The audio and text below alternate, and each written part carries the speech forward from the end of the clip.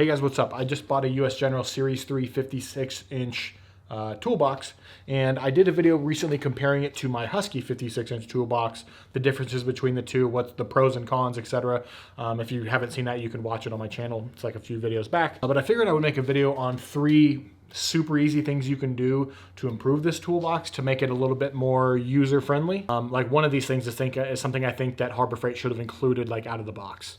But let's get into it. All right, first improvement is gonna be this. This is a power cord for the back of your toolbox. So the power cord that comes with this is a standard, it's the 3-prong cord, not 3-prong like that plugs into your wall, but the 3-prong that plugs into the box. It's like a computer cord, whatever you would call that. It is this kind of cord right here. Now, Harbor Freight sends you a cable. It's about like 5 feet long or 6 feet long, and it has this end and it has your plug-in end. But the problem with this end is that on the Harbor Freight one, it is a straight plug like this. This one is a right-angled plug. So the problem is the one that just comes straight out, if you're in kind of my scenario where you're putting this up against a wall, that is only, the farther you push it up against that wall, the more it's going to bend that cord as you're pushing it against the wall, and you can't get very flat against the wall when you do it like that.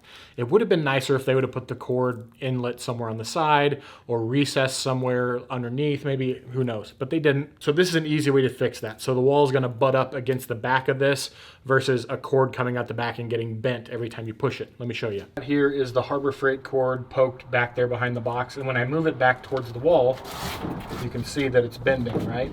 You see it bending, and you can't really get it that far close to the wall. Now I just installed the right angle cord, and now look, I can push this all the way against the wall like that. So hopefully you can see the difference. Before, the toolbox was out to like right there, which is like 3 inches out. Now I can get it all the way back against the wall like that. Second modification we're doing is that hole back there. It's normally covered up by this metal plate, and it is held on by this little lock nut. You're going to take this lock nut off the front, then this is going to come off, exposing your little grommet right here, your grommet pass-through. Then now what I'm going to do is I'm going to put this power strip up here on this side, and I'm going to connect it with command strips. This power strip was like 15 bucks, and it came with a super long cord. A lot of the power cords you're going to find on Amazon. I'll link this exact one down below, and I'll link that other power cord down below along with the next thing I'm going to be talking about. This one has a nice long 10-foot cord. I wasn't sure that a 5-foot cord would make it from there all the way down to my plug-in, so I got one with a 10-foot cord. It is hard to find one with a 10-foot cord, but this one comes with it. I'll link it down below. It has 1, 2, 3, 4, 5, 6 sockets, and then 4 USBs at the front here. So what I'm going to do, I'm going to unwrap this. I'm going to shove this through here, and that's going to go behind. Let it go behind. Shoving this all the way through here. And then I'm going to plug it into the back. And I only have a 2-prong outlet down here, so that white one cocks off to the side so it doesn't run into the bottom one, which is nice. Okay, I'm going to use my command strips. Peel the adhesive off. It is a little cold out, so they're not going to be optimum right now, but it's going to work just fine. And then how I'm going to attach this is I'm going to leave a little bit of slack in the cord, set this down to where it's resting on here, and then push it up against the side here. And then that's how I'll secure it, just like that. And that will be there for good, or until I decide to take it off. So now for things like my Ego charger that's not going to fit into the charging drawer here, I can take this and plug this puppy in, and then turn this on like that, and it should start charging, which it does. All right, third modification is going to be organization, right? And I'm going to show you a few different things that I did versus like showing you like making 5 different modifications, just make this its own category, right? So the first thing I did was I transferred over these things I got off Etsy, and these are magnet labels, right? So these magnet labels, as you can see, stick to the drawers. They're just magnets, and they stick like that, and they label your drawers, and they look kind of similar-ish to the font of this. Some drawers I'll still have to use my label maker and label the drawers, but it's nice to have this and this like that. It looks a little cooler than the labels on the front of your drawers. Piece of organization is going to be my bits drawer. I'm going to show you a picture before of my bits drawer, and then I'm going to open it and show you it now. This is what it looks like now, and most of that is thanks to this thing right here. This is a Ernst bit holder. It's magnetic, I think. Yeah, there's magnets on the bottom of it.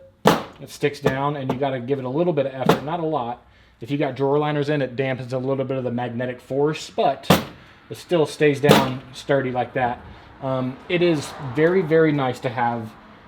I mean, it's like, what, 100 bits, 150? I mean, it's a lot of bits you can put on this thing. And I had all these just kind of thrown about this whole area. And so having that thing right there, just sitting there holding all those random bits, is really nice. And so that allowed me to clean up this drawer quite a bit, where I have this whole like DeWalt kit here that can all sit in its little proprietary DeWalt case.